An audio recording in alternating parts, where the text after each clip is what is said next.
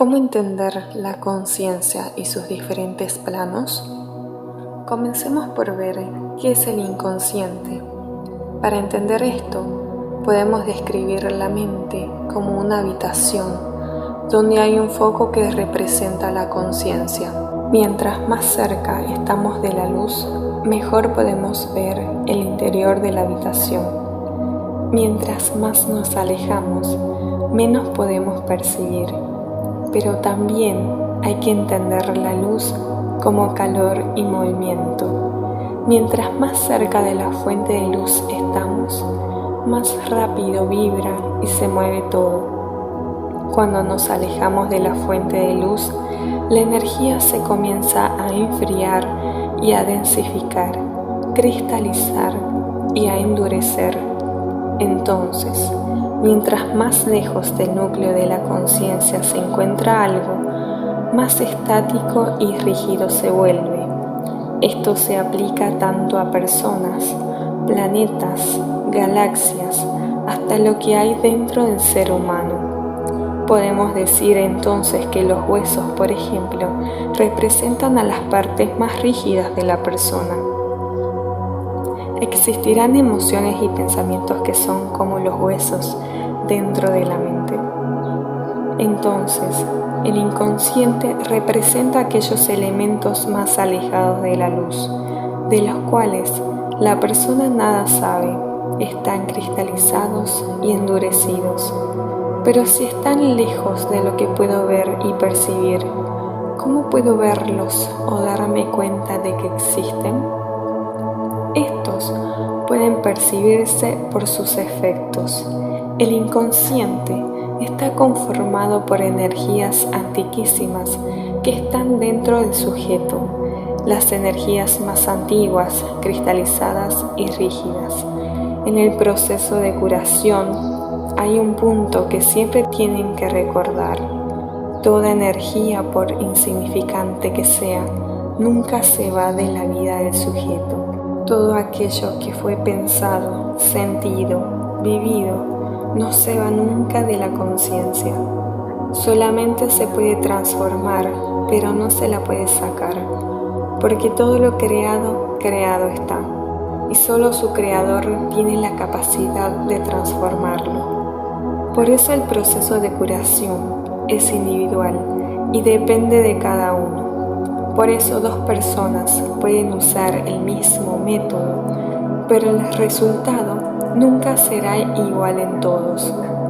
Debemos recordar siempre que la curación es un proceso de toma de conciencia. Hablemos ahora sobre el subconsciente. Este se encuentra a mitad de camino entre la luz y la oscuridad. Es el punto donde a veces podemos ver la verdad y otras veces nos perdemos. Decimos que una persona se encuentra en el subconsciente cuando erra, pero su error no es de inconsciencia, sino porque todavía no puede entender las cosas completamente. En el subconsciente están las personas que trabajan y se esfuerzan por cambiar las energías internas, pero no encuentran totalmente la manera de hacerlo. Son las personas que entienden lo que está mal, pero el aprendizaje no ha sido entendido totalmente. Pues entonces nos queda definir la conciencia. La conciencia es todo aquello que podemos ver, conocer, entender y amar.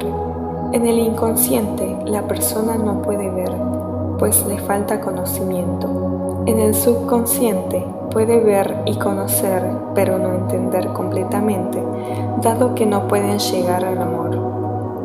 El amor es la parte práctica de la energía positiva.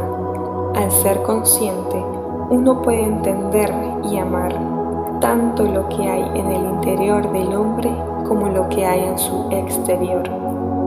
Cuando uno pasa a ser consciente, el interior y el exterior son uno y lo mismo.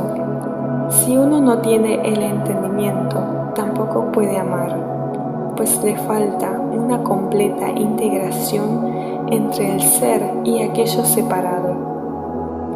deberíamos ver que todo aquello que percibimos como separado es parte de nuestra conciencia y es parte nuestra, pero nosotros no lo podemos integrar. Ser consciente es descubrir que dentro de uno reside una parte de lo divino, lo más perfecto y hermoso que puede haber. Ser consciente es saber que mi hermano también lo es. Existen diferentes niveles de conciencia: la individual, familiar, grupal, planetaria y cósmica. Mientras que la conciencia es individual, el sujeto solo puede mantenerse atrapado dentro de su individualidad, ve todo a su alrededor como algo separado.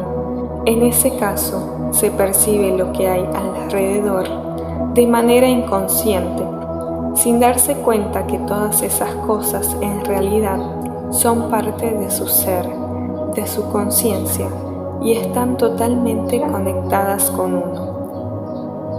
Entonces, por ejemplo, si comenzamos a expandir la conciencia de lo individual a lo familiar, ya no percibimos diferencias entre uno y otros miembros de la familia, pues son parte de uno. La toma de conciencia es siempre un proceso de integración de todo aquello que está separado. Mientras menos conciencia tiene la persona, entonces más percibe todo como fuera de uno, como elementos separados e inconexos.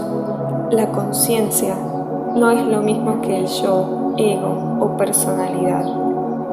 El yo es una cristalización de la conciencia. En la formación del yo, la conciencia, que es luz, se separa de la fuente y comienza a girar sobre sí misma, como electrones girando alrededor del protón. El yo o ego inferior está conformado por pensamientos y emociones. Estas son cristalizaciones de luz. Entonces la conciencia y el pensamiento son diferentes. Es muy común asociar el pensamiento con la conciencia, pero esto es erróneo. El pensamiento es una construcción de algo, pero no es lo verdadero. La conciencia es el darse cuenta de ese algo. Podemos ver la verdad detrás de las sombras de las formas. Pensar y tomar conciencia van por caminos distintos. El pensamiento toma una parte del todo y lo objetiva, lo separa de uno y busca entender separando las cosas de uno. Entonces, el observador y lo observado son diferentes. Uno es sujeto y otro es objeto.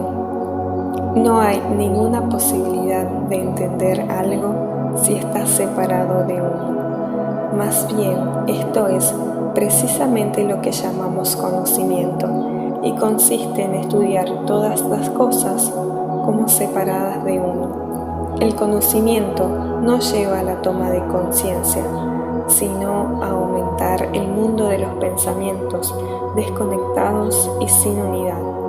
El entendimiento es un proceso diferente, donde se toma justamente todo aquello que está separado y se lo integra dentro de uno. La palabra integración es importante en el proceso de curación, puesto que todo aquello que no se integra a la conciencia se mantiene como algo que busca atentar contra la integración. Lo que está fuera de la conciencia no quiere entrar en la conciencia, dado que eso implica que ese elemento inconsciente pierda su poder en la vida del sujeto.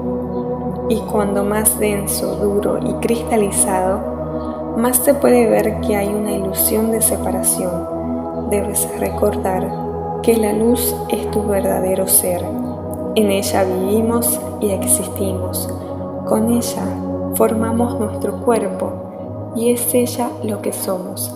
Sin ella no existiríamos.